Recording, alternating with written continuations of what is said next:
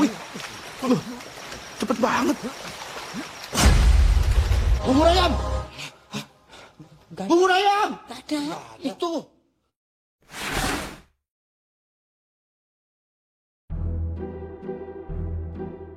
Hai Sobat Film dimanapun berada dan apa kabarnya, kembali lagi ke konten Alur Cerita Film. Film yang mau dibahas kali ini, judulnya Kang Mak from Pimak. Ya, film ini merupakan remake dari film Thailand, bergenre horor komedi, yang mengisahkan tentang sepasang suami istri, yang dimana suaminya harus rela meninggalkan sang istri dan berjuang di medan perang. Sementara di kampung halaman, sesuatu mengerikan pun terjadi, sehingga membuat seluruh warga desa dibuat ketakutan. Nah, daripada penasaran, lalu bagaimana kisah selengkapnya? Oke, mari kita bahas, dan ini dia film Kang Mak from Pimak.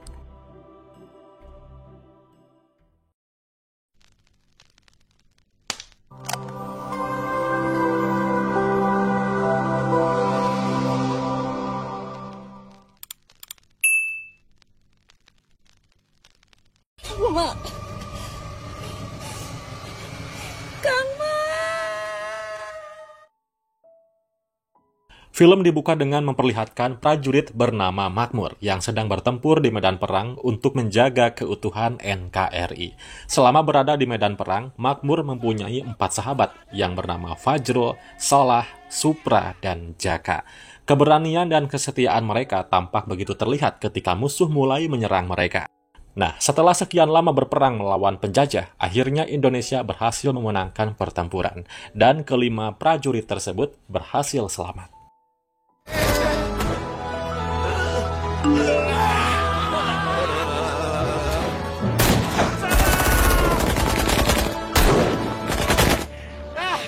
Akang pulang, Neng. Akang pulang.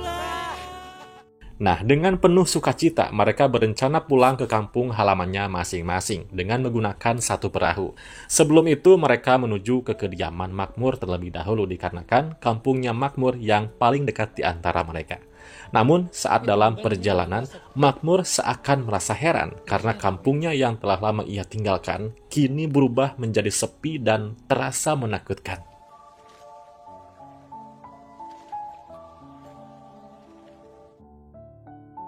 Singkat waktu setelah tiba di rumahnya, Makmur tampak terlihat sangat bahagia karena sudah tiba di rumah. Namun ia sedikit heran karena ia tidak disambut hangat oleh istrinya. Juga tampak keadaan rumah begitu sepi. Di saat ia mencari ke berbagai sudut rumah, tiba-tiba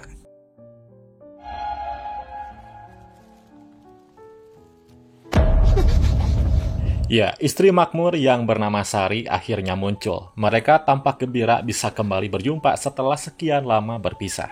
Setelah Makmur melepaskan kerinduannya kepada sang istri, maka kini lengkaplah sudah keluarga mereka, yang mana dalam pernikahannya mereka dikaruniai seorang anak laki-laki yang diberi nama unik, yaitu Cipluk.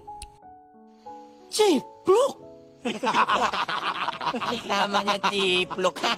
Makmur pun memperkenalkan istrinya dan anak-anaknya kepada para sahabatnya. Akan tetapi setelah mengetahui bahwa Makmur merupakan suami dari Sari, tiba-tiba saja si tukang perahu itu pergi meninggalkan mereka, layaknya seperti orang ketakutan. Karena hari mulai malam ditambah tak ada perahu untuk mereka tumpangi, Makmur mempersilahkan mereka untuk istirahat sementara waktu di sebuah rumah peninggalan keluarganya. Dan singkat waktu, tiba di tengah malamnya, keanehan pun mulai terjadi, yang dimana mereka semua diperlihatkan dengan sosok wanita hantu menyeramkan.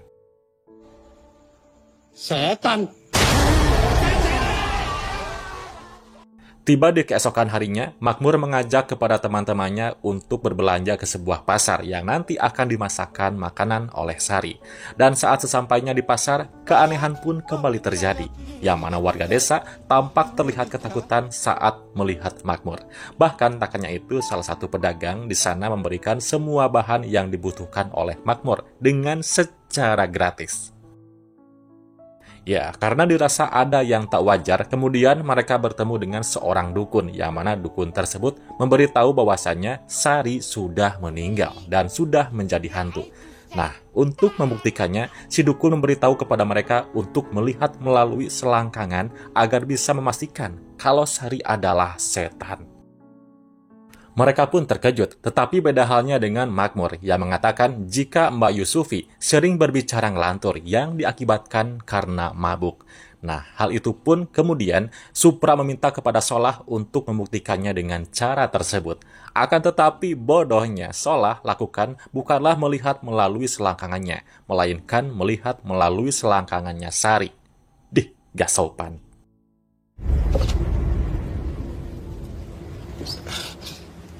Kang Solah ngapain? Sementara itu Fajrul yang hendak buang air besar saat berada di dalam hutan, tiba-tiba ia dibuat ketakutan ketika melihat sebuah tengkorak manusia yang di jarinya mengenakan cincin pernikahan. Namun sial bagi Fajrul, saat ia akan melarikan diri, ia tak sengaja menyenggol sarang tawon yang membuatnya ia disengat oleh segerombolan tawon. Mendengar suara teriakan Fajrul, seketika mereka pun menghampiri sumber suara, yang mana mereka semua dibuat kaget saat melihat wajah Fajrul yang bengkak. Sesaat kemudian, Fajrul lalu menyampaikan bahwasannya Sari adalah memang setan, yang mana hal itu dapat dibuktikan dengan sebuah tengkorak manusia yang ditemukan. Namun dikarenakan bicara Fajrul yang kurang jelas, sehingga membuat teman-temannya kebingungan.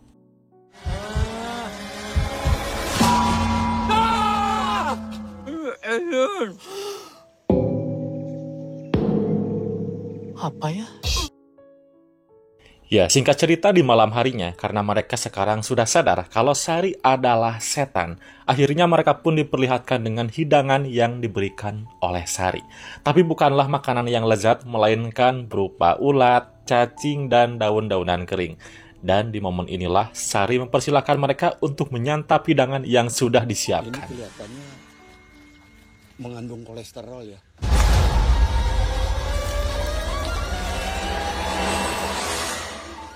Kalian harus berhenti mengganggu kebahagiaan saya dan Kang Makmur. Setelah itu mereka pun kabur. Di saat itu juga Sari memberitahu kepada Makmur jika teman-temannya ketakutan karena mereka percaya dengan omongan warga yang mengatakan bahwa Sari adalah setan. Ya, mendengar hal itu tentu Makmur pun merasa kecewa dan akan memarahi teman-temannya. Dan setelah bertemu dengan mereka, Makmur kemudian menyampaikan rasa kesalnya karena selama ini teman-temannya yang sudah dianggap keluarga lebih percaya sama omongan para warga.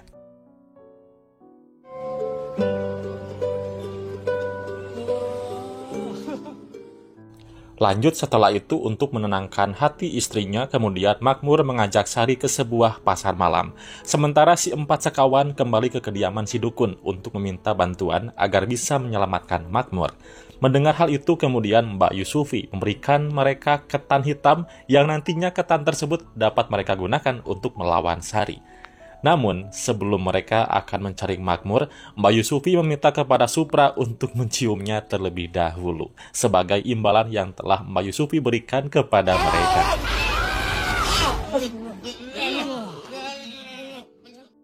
Sementara di sebuah pasar malam, terlihat hubungan yang begitu romantis di antara mereka berdua.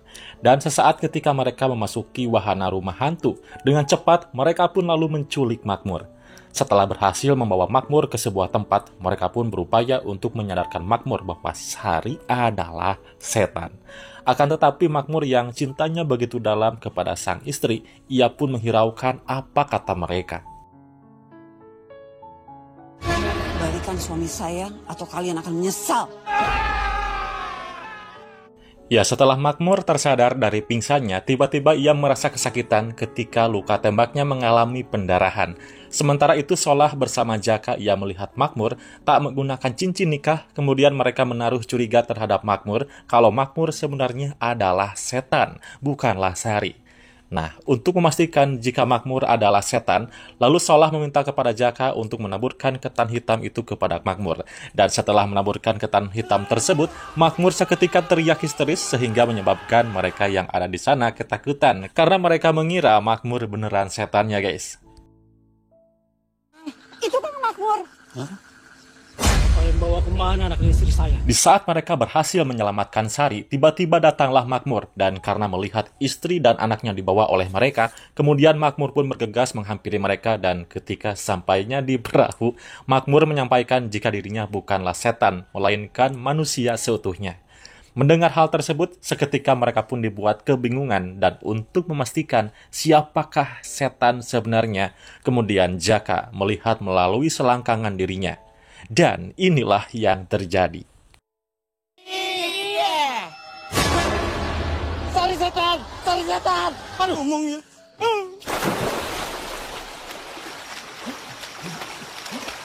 Ya, setelah menyadari bahwa Sari adalah setannya, kemudian mereka semua pun bergegas kabur dengan nyebur dan menepi di tepi danau.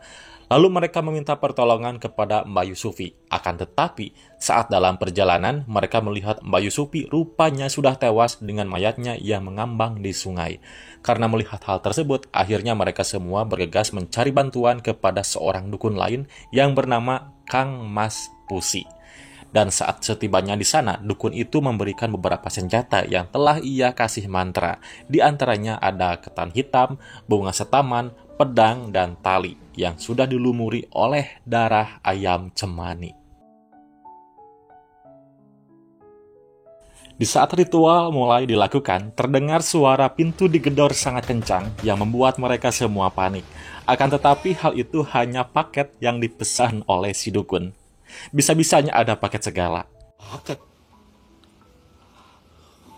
Taruh aja di depan. Ya, ritual kembali dilakukan. Tak lama dari situ, Sari pun datang, yang mana dukun tersebut meminta kepada mereka untuk melawannya menggunakan senjata yang telah dukun itu berikan. Menyadari jika Sari memiliki kekuatan yang begitu hebat, dukun itu lalu meminta izin kepada mereka untuk menyelesaikan permasalahannya sendiri. Tapi ujungnya malah kabur. Ini kan masalah internal rumah tangga. Beresin aja dulu. Saya kan orang luar. Nggak pantas saya ikut campur. Setelah dukun itu pergi, Sari kemudian mulai menyerang mereka. Akan tetapi hal itu berhasil dicegah oleh Makmur, yang mengatakan bahwa dirinya telah mengetahui sejak lama jika sebenarnya Sari adalah setan.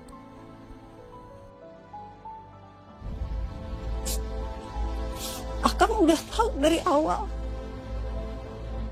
Momen yang haru diperlihatkan. Di sana Makmur mengungkapkan rasa kasih sayang sehidup semati. Makmur ingin terus hidup selamanya bersama Sari meskipun Makmur mengetahui bahwa istrinya adalah hantu. Solah meminta Sari untuk melepaskan talinya. Lalu mereka pun menghargai keputusan Makmur dan berpelukan.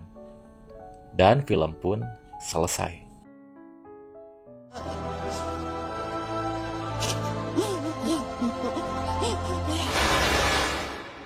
Iya dong.